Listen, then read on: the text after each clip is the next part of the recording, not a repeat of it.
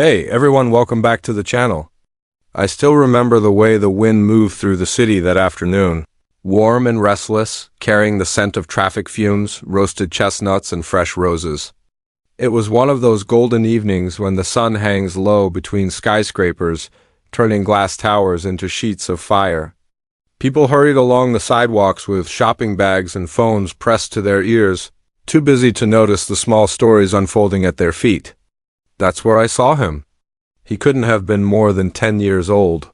Thin frame, oversized shirt, shoes that had once been white but now carried the dust of every street in the district. In his small hands he held a bundle of red roses tied together with a frayed golden ribbon. He walked carefully from car to car at the traffic light, tapping gently on windows, offering a hopeful smile each time someone looked his way. Most didn't, some waved him off. Some rolled their windows up before he could even reach them. A few pretended not to see him at all. But he kept going. When the light turned red again, a sleek black Rolls-Royce pulled to the front of the line. It gleamed like polished obsidian. The kind of car that doesn't just drive through the city, it announces itself. The boy hesitated for a second, then adjusted the roses in his hands and approached the tinted window. The glass slid down slowly. Inside sat a man in his late 40s, dressed in a perfectly tailored charcoal suit. His watch alone probably cost more than everything the boy had ever owned. Silver streaks lined his hair, and his expression carried the quiet arrogance of someone used to being obeyed. The boy smiled nervously. "Sir, roses? For someone special?" The millionaire leaned back in his seat and studied him like an interesting object. "How much?" $5 each, sir." The man let out a small laugh. $5? For these? The boy's fingers tightened slightly around the stems. "They're fresh, sir. I picked them this morning." A few pedestrians slowed down, sensing tension in the air. The millionaire's eyes narrowed with amusement. "Tell you what," he said casually. "Sell me these roses in Arabic, and I'll pay you $100,000. The words hung in the air. Some people nearby chuckled. It was obvious what he was doing. He was mocking the boy, testing him, humiliating him. The boy blinked. Arabic. He looked down at the roses, then back at the man. His voice, when he spoke again, was softer. "You want me to speak Arabic?" "That's what I said," the millionaire replied, smirking. "Convince me. Impress me. If you can sell them to me in Arabic, I'll transfer you $100,000 right now." Someone whispered, "That's cruel." But the boy surprised everyone. He straightened his back. His small shoulders lifted with quiet dignity. And then, in clear, fluent Arabic, he began to speak. "The voice you selected does not support this language. Please click the upper right corner to switch to another voice. The voice you selected does not support this language. Please click the upper right corner to switch to another voice. The voice you selected does not support this language. Please click the upper right corner to switch to another voice. The voice you selected does not support this language. Please click the upper right corner to switch to another voice." It wasn't theatrical, but it carried something powerful: sincerity. The crowd fell silent. The millionaire's smile faded slightly.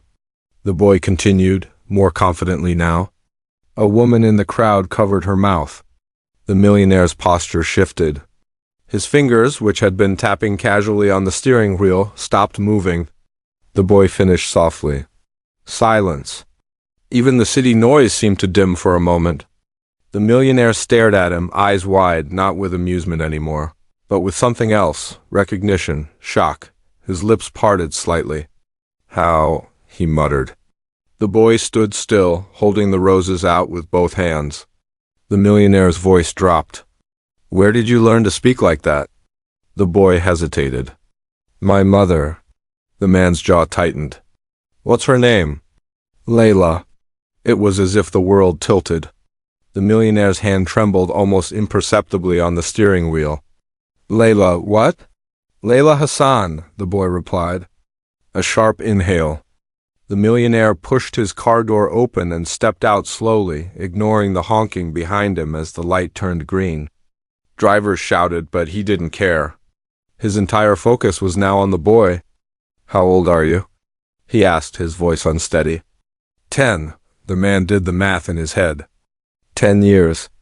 10 years ago, he had walked away from a woman named Layla Hassan, a woman who loved poetry, who spoke Arabic like music, who once handed him a single red rose and told him, "Words matter more than money."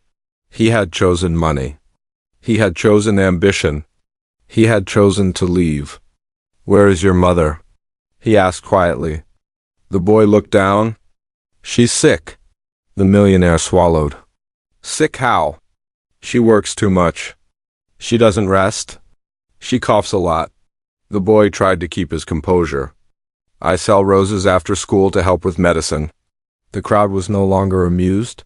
Phones that had been raised to record a humiliation were now capturing something else entirely. The millionaire looked at the roses again. His vision blurred slightly. He remembered the last thing Layla had said to him before he boarded a flight to New York. "You can have the world," she had told him, "but don't forget the people who loved you before you owned it." He had forgotten. Until now. He reached into his jacket and pulled out his phone. "What's your name?" "Yusuf." The man's breath caught. Yusuf, it was the name they had once chosen together, years ago, lying on a rooftop under the stars, dreaming about a future that never happened. The millionaire looked at the boy's face more carefully now. The shape of his eyes, the curve of his smile. It was like looking into a mirror of his own childhood. "Does your mother ever talk about your father?" he asked cautiously. The boy nodded. "She says he loved big dreams." The words hit harder than any accusation. "And does she say where he is?" The boy shook his head. "She says some people leave to find themselves, and sometimes they forget the way back." The millionaire closed his eyes briefly. The honking behind him grew louder, but it felt distant. He opened his eyes again and looked at the boy, at Yusuf, with a mixture of guilt and awe. "You sold me the roses," he said finally, his voice thick. "In Arabic." He turned his phone screen toward the boy. "What's your bank account?" The boy blinked. "I don't have one." The millionaire gave a small, broken laugh. "Of course you didn't. Then I'll open one," he said. "In your name." He paused, then added softly, "And I'd like to meet your mother." The boy hesitated. "Why?" The millionaire looked at the roses in his hand and whispered, almost to himself, "Because I think I owe her more than $100,000. That evening, the black Rolls-Royce didn't return to the penthouse overlooking the harbor. Instead, it followed Yusuf through narrow streets the millionaire hadn't walked in over a decade. They stopped in front of a modest apartment building with peeling paint and a flickering hallway light. Yusuf turned nervously. "She doesn't like strangers." The millionaire nodded. "I understand." They climbed the stairs together. When the door opened, time seemed to fold in on itself. Layla stood there, thinner than he remembered, but her eyes, those same deep, steady eyes, were unchanged. For a moment no one spoke. The roses slipped slightly in his hand. "Hello, Layla," he said quietly. Her breath caught. "You?" Yusuf looked between them, confused.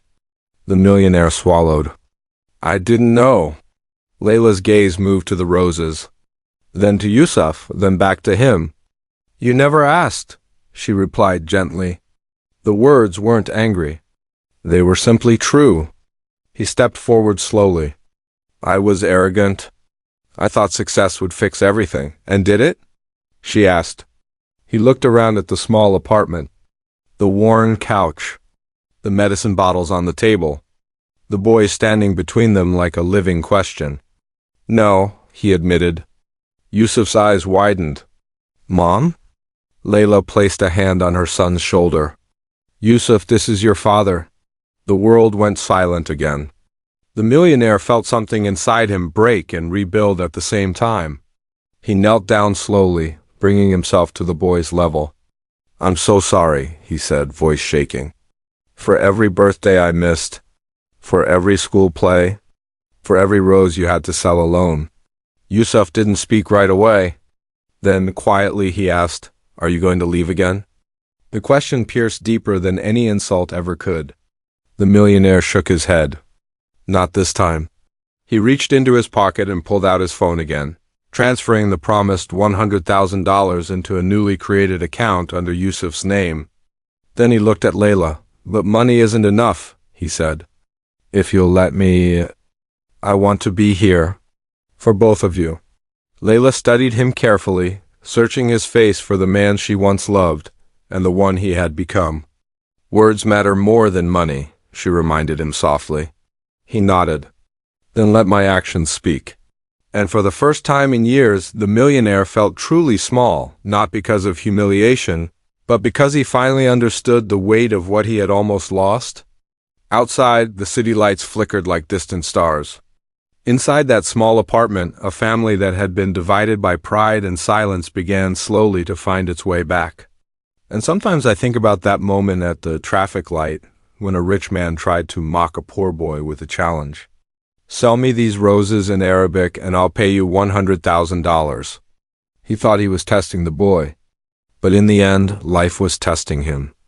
And he froze, not because he was embarrassed, but because he finally recognized the voice of the son he never knew he had, and that, more than any amount of money, changed everything.